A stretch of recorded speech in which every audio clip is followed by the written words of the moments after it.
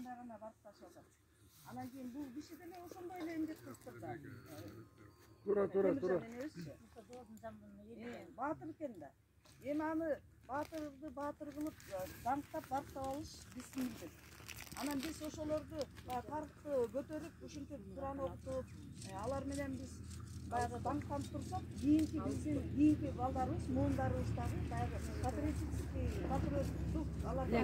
сезим пайда болот. Анан ошентип жана элибизди, жерибизди коргогон эр азаматтар кыздарыбыз чыгат деп ойлойм да. Ошон үчүн биз бүгүнкү мынтип чогулуп отуруп Куран окутуп атканыбыз, Эркин сай айылынын тургундары келишип өткөндө интернет булактарынан көрдүм.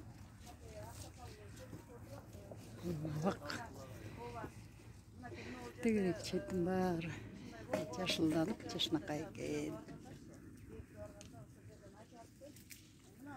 Көргөн кишилер бар экен, билген кишилер бар экен. Бул жөн эле айтылып аткан сөз эмес. Мунун баарын тең тарых көрсөтүп атат. Ошон үчүн мен ойлойм, мындан ары дагы мен өзүм дагы